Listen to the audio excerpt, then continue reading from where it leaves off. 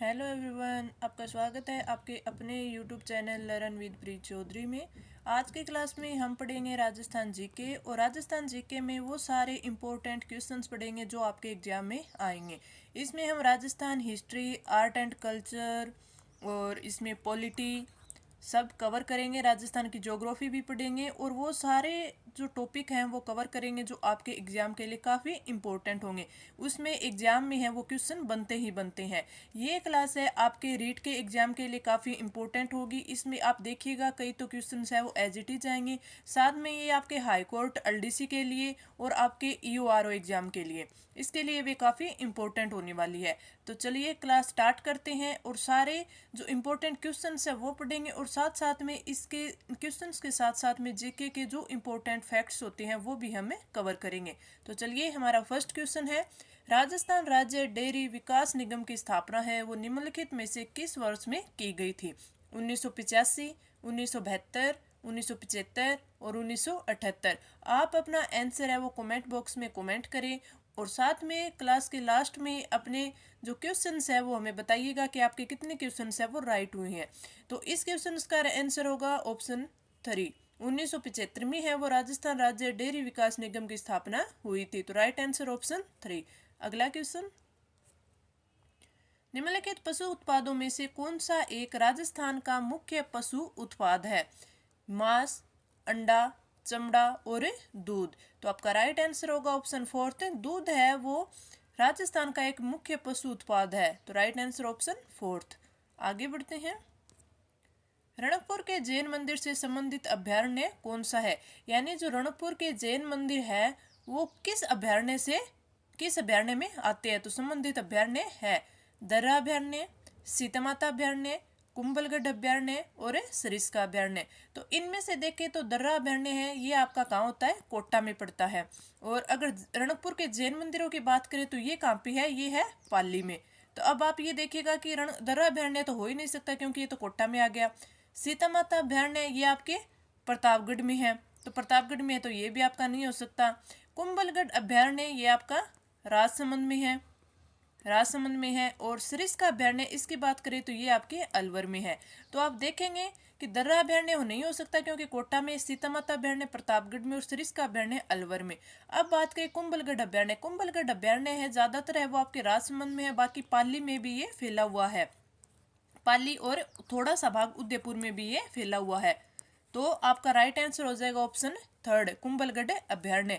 रणकपुर के जैन मंदिर से संबंधित अभ्यारण्य कौन सा हो जाएगा? कुंभलगढ़ अभ्यारण्य। अगर आपको इस प्रकार के क्वेश्चन हो वो सीधे से पढ़ने से समझ में ना आए तो आप ऑप्शन को एलिमिनेट करें, क्योंकि हमें पता होता है कि कोई ना कोई क्वेश्चन का लिंक हमें मिलता ही मिलता है। तो आप अच्छे से उसके जो ऑप्शन होते हैं वो अच्छे से पढ़ें।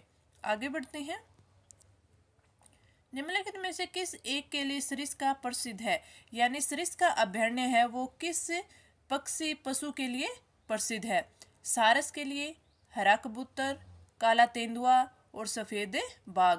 तो आपका राइट आंसर हो जाएगा ऑप्शन 2, हरा कबूतर। सरिस्का है वो हरे कबूतरों के लिए प्रसिद्ध है।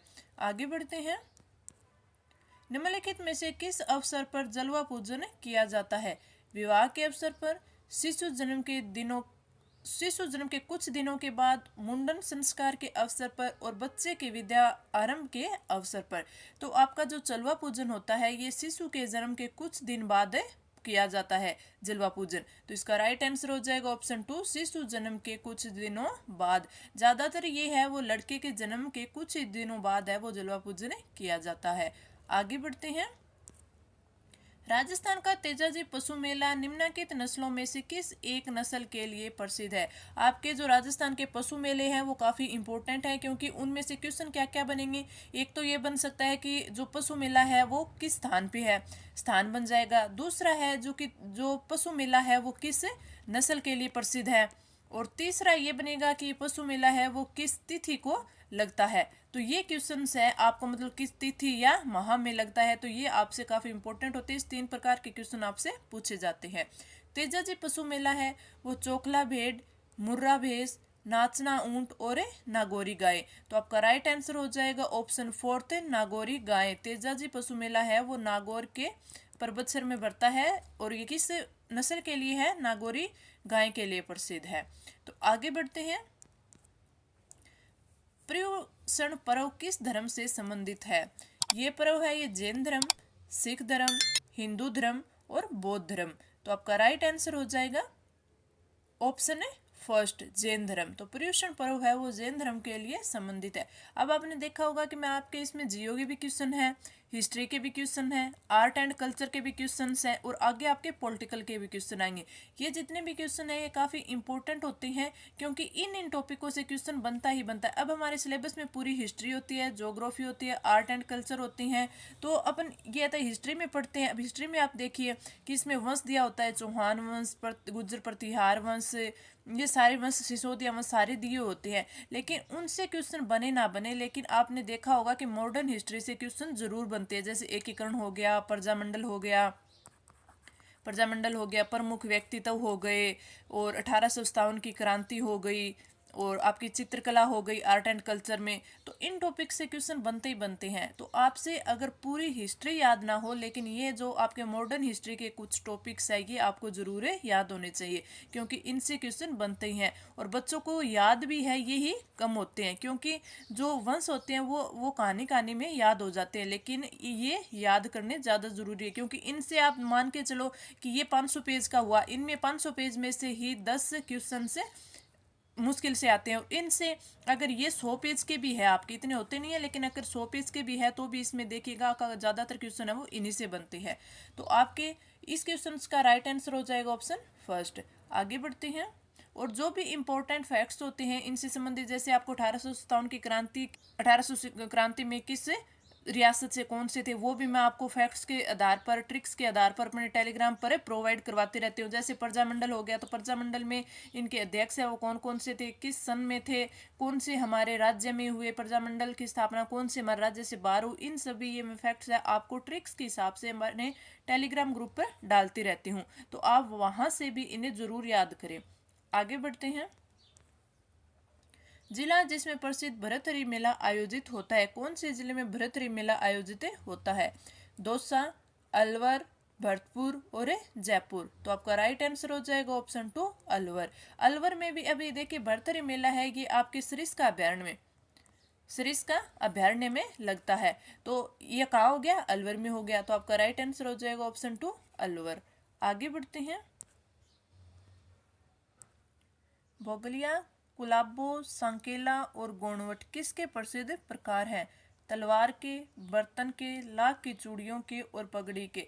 ये मैं जब भी आपको ये सीरीज लेके आती हूँ इसमें एक क्वेश्चन तो इस प्रकार का जरूर होता है जिसमें आपको ये नाम दिए होते हैं राजस्थान में, और उनमें या तो वो किसी दुर्ग के नाम हो सकते हैं या फिर किसी और चीज़ के नाम हो सकते हैं, जैसे कोई ये तोप वगैरह हो गई उनके नाम हो सकते हैं। तो इनसे क्वेश्चन काफ़ी बार पूछा जाता है कि ये किस चीज़ के नाम होते हैं।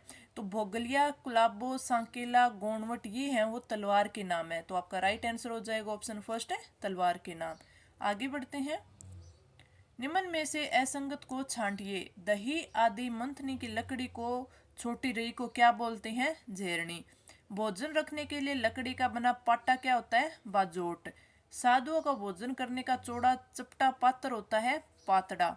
चूड़ियां बनाने व बेचने का वाला कारीगर होता है वो होता है लुहार। तो इनमें से जो असत्य है यानी असंगत है वो होगा। तो आपका राइट आंसर हो जाएगा ऑप्शन फोर्थ। चूड़ियां बनाने व बेचने वाला कारीगर लुहार नहीं होता क्योंकि लुहार है वो लोहे की चीजें बनाने वाला होता है। तो आपका राइट आंसर हो जाएगा ऑप्शन फोर्थ। आगे बढ़ते हैं। निम्न में से कौन सा नेशनल वोटर्स डे है? इसमें से एक क्वेश्चन है वो आपके दिवस पर एक क्वेश्चन पूछा जाता है। तो दिवस जो भी इम्पोर्टेंट होते हैं आपसे जनवरी से लेके आपके दिसंबर में, वो आप जरूर याद करें क्योंकि एक क्वेश्चन इनसे काफ़ी बार पूछा जाता है। नेशनल वोटर्स डे तो ये आपका अभी आया है जनवरी में। तो आपका राइट आंसर हो जाएगा ऑप्शन थर्ड 25 जनवरी। 25 जनवरी को नेशनल वोटर डे मनाया जाता है। तो राइट आंसर ऑप्शन थर्ड। आगे बढ़ते हैं। हमारा अगला क्वेश्चन है, बस्सी चित्तौड़गढ़ की काष्ठ कला के जन्मदाता कौन माने जाते हैं? अब ये देखिए इसमें दो क्वेश्चन होंगे कि काष्ठ कला है वो कहाँ की प्रसिद्ध है, तो बस्सी चित्तौड़गढ़ की प्रसिद्ध है। और इसके जन्मदाता प्रभात जी सुधार, देवीलाल सांभर, मालचंद जांगीर, ज्योति स्वरूप शर्मा। तो आपका राइट आंसर हो जाएगा ऑप्शन फर्स्ट प्रभात जी सुधार। तो आपका राइट आंसर हो जाएगा ऑप्शन है फर्स्ट। आगे बढ़ते हैं। राज्य निर्वाचन आयोग का निम्नलिखित में से कौन सा काम है? विधानसभा के अध्यक्ष और उपाध्यक्षों के पदों का निर्वाचन करना, नगरपालिकाओं और निगमों के लिए निर्वाचन करवाना, निर्वाचनों से उत्पन्न सभी संदेहों और विवादों का निर्णय करना, किसी राज्य में स्वतंत्र एवं निष्पक्ष चुनाव के लिए अनुकूल दशा न होने पर राष्ट्रपति शासन लगाए जाने की संस्तुति करना। तो आपका राइट आंसर हो जाएगा ऑप्शन 2, नगर पालिकाओं और निगमों के लिए निर्वाचन करवाना। आपके विधानसभा अध्यक्ष और उपाध्यक्ष के पदों का निर्वाचन है ये आपका भारतीय निर्वाचन आयोग है वो करवाता है। तो आपका राइट आंसर हो जाएगा ऑप्शन 2, नगर पालिकाओं और निगमों के लिए निर्वाचन करवाना। आगे बढ़ते हैं। आपका अगला क्वेश्चन है, मुख्यमंत्री निशुल्क दवा योजना का शुभारंभ राज्य में कब किया गया? ये क्वेश्चन है, ये आपका पुराना मान सकते हैं कि ये यहाँ इसको काफ़ी टाइम हो गया है इस योजना को शुरू हुए, लेकिन इससे क्वेश्चन है वो जरूर बनता है कि निशुल्क दवा योजना का शुभारंभ है वो कब किया गया था? 2 अक्टूबर 2011 को, 1 मार्च 2009 को, 2 अक्टूबर 2012 को और 1 जनवरी 2009 को। तो आपका राइट आंसर हो जाएगा ऑप्शन फर्स्ट, 2 अक्टूबर 2011 को। सारे क्वेश्चन है वो काफ़ी इंपॉर्टेंट है। आपको क्लास कैसी लग रही है आप कमेंट करके ज़रूर बताएं। अगर आपको अच्छी लग रही है तो आप लाइक करें और अपने फ्रेंड्स के साथ है ज़रूर शेयर करें ताकि इस क्लास का फ़ायदा है सभी स्टूडेंट्स को ज़रूर मिले। साथ में अगर आपने अभी तक हमारे चैनल को सब्सक्राइब नहीं किया है तो सब्सक्राइब ज़रूर कर ले। आगे बढ़ते हैं। हमारा अगला क्वेश्चन है, निम्नलिखित में से कौन सा एक मंदिर गुर्जर प्रतिहार शैली का माना जाता है? सोमेश्वर मंदिर किराड़ू में स्थित है जो, समदेश्वर मंदिर जो कि चित्तौड़गढ़ में है, चौमुख जैन मंदिर जो कि रणकपुर में है और जगत शिरोमणि मंदिर जो कि आमेर में है। तो इनमें से कौन सा मंदिर है जो वो गुर्जर प्रतिहार शैली में बना हुआ है? तो आपका राइट आंसर हो जाएगा सोमेश्वर मंदिर किराड़ू जो कि किराड़ू में स्थित है बाड़मेर में। तो आपका राइट आंसर हो जाएगा ऑप्शन फर्स्ट, ये मंदिर है ये गुर्जर प्रतिहार शैली में बना हुआ है। तो आपसे इस प्रकार के क्वेश्चन भी पूछे जा सकते हैं। आगे बढ़ते हैं। आगे हमारा अगला क्वेश्चन है, अरावली पर्वतमाला दक्षिणी पश्चिमी राजस्थान के किस जिले से प्रारंभ होकर उत्तर पूर्व तक जाती है? यानी ये हमारा राजस्थान है। राजस्थान के ऐसी है वो अरावली की स्थिति है। इसने ये पूछा है कि दक्षिण पश्चिमी राजस्थान से शुरू होकर प्रारंभ होकर उत्तर पूर्व तक जाती है, तो ये कहाँ तक जाती है? तो आपको इसका स्टार्टिंग पॉइंट बताना है कि ये कहाँ से राजस्थान में प्रवेश करती है। तो आपका राइट आंसर हो जाएगा सिरोही। सिरोही से प्रवेश करती है तो राइट आंसर ऑप्शन है फोर्थ। आप ये देखिएगा कि हर लगभग के जो एग्जाम होते हैं उनमें अरावली पर्वतमाला से भी क्वेश्चन पूछे जाते हैं। मैं आपके लिए क्वेश्चन लेके आई हूँ, इससे आपको एक तो ये होगा क्योंकि इनमें काफ़ी है वो रिपीटेड क्वेश्चन भी है, जैसे प्रीवियस ईयर में आए हुए क्वेश्चन है, तो इनसे आपको ये अंदाजा लग जाएगा कि किस टॉपिक से किस प्रकार का क्वेश्चन बनता है। तो अगर आप रिविजन करेंगे अपनी थ्योरी क्लास का तो भी आप इन क्वेश्चंस को जहाँ पर भी ये क्वेश्चन आएंगे आप उस टॉपिक को नोट करेंगे, आपका माइंड है तुरंत ही पकड़ लेगा कि हाँ ऐसे क्वेश्चन है, इसमें से इस टॉपिक में से ऐसा क्वेश्चन बन सकता है। इसलिए आपकी प्रैक्टिस है वो जरूरी है। आगे बढ़ते हैं। हमारा अगला क्वेश्चन है, राजस्थान राज्य के पुनर्गठन से पूर्व सर्वप्रथम सन 1934 में ताम्र सामग्री की प्राप्ति का स्थान है पर्वतसर तहसील का कौन सा गांव है? अब ये देखिए इस क्वेश्चन में कितना घुमा के ही बताया, अगर सीधा से पूछ लेता तो हम इसका आंसर है क्या पता जल्दी कर पाते। अब इसने पूछ लिया कि राजस्थान राज्य के पुनर्गठन से पूर्व 1934 में ताम्र सामग्री की प्राप्ति का स्थान, और ये भी बता दिया कि पर्वतसर में है। तो आपका राइट आंसर हो जाएगा ऑप्शन थर्ड है कुराड़ा। कुराड़ा है वो पर्वतसर तहसील में यानी नागौर में स्थित है जो कि ताम्र सामग्री की स्थान है। आगे बढ़ते हैं। किस गुर्जर प्रतिहार शासक ने अपनी राजधानी मेड़ता बनाई थी? भोजराज फर्स्ट ने, देवपाल फर्स्ट ने, वत्सराज फर्स्ट ने और नागभट्ट फर्स्ट ने। तो आपका राइट आंसर हो जाएगा ऑप्शन है फोर्थ, नागभट्ट फर्स्ट ने है वो राजधानी अपनी मेड़ता बनाई थी जो कि नागौर में पड़ता है। आगे बढ़ते हैं। अगला क्वेश्चन है, राज्य के निर्वाचन आयुक्त की नियुक्ति किसके द्वारा की जाती है? अगर इसमें देखिए आप ध्यान से पढ़िए, राज्य के लिए बोला है, राज्य निर्वाचन आयुक्त के लिए तो प्रधानमंत्री, लोकसभा द्वारा और मुख्यमंत्री द्वारा और राज्यपाल द्वारा। तो आपका राइट आंसर हो जाएगा ऑप्शन है फोर्थ, राज्यपाल के द्वारा राज्य के निर्वाचन आयुक्त की नियुक्ति की जाती है। आगे बढ़ते हैं। हमारा अगला क्वेश्चन है, निम्नलिखित में से किस विदेशी यात्री ने गुर्जर प्रतिहार वंश की सैन्य शक्ति एवं समृद्धि का उल्लेख किया था? अब्दुल रज्जाक ने, सुलेमान ने, अल बिरूनी ने और मार्को पोलो ने। तो आपका राइट आंसर हो जाएगा ऑप्शन 2 सुलेमान ने। सुलेमान ने आपके गुर्जर प्रत्यार राजवंश की सैन्य शक्ति और समृद्धि का उल्लेख किया था। ये आपके इम्पोर्टेंट 20 क्वेश्चन है वो मैंने आपके करवा दिए हैं। आपको क्लास कैसी लगी? अगर अच्छी लगी तो आप लाइक करें और चैनल को सब्सक्राइब करें और अपने फ्रेंड्स के साथ ज़रूर शेयर करें। इस क्लास में इतना ही। धन्यवाद।